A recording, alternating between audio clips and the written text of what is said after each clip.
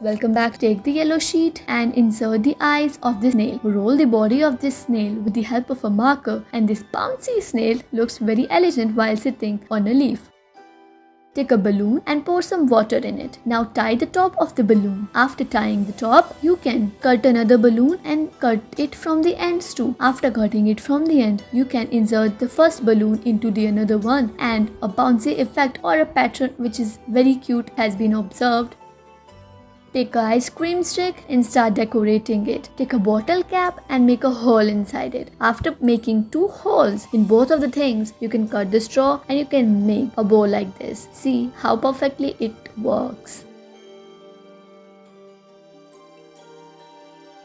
Take a glass sheet and color it. Then pour some sprinkles inside it. After pouring it, you can simply see how this gel is being converted and rolled into a perfect ball like this. After rolling it, and you can see that how perfectly the floral buds have been made and been arranged on the leaves. Thanks for watching this video. Hope you guys enjoyed it.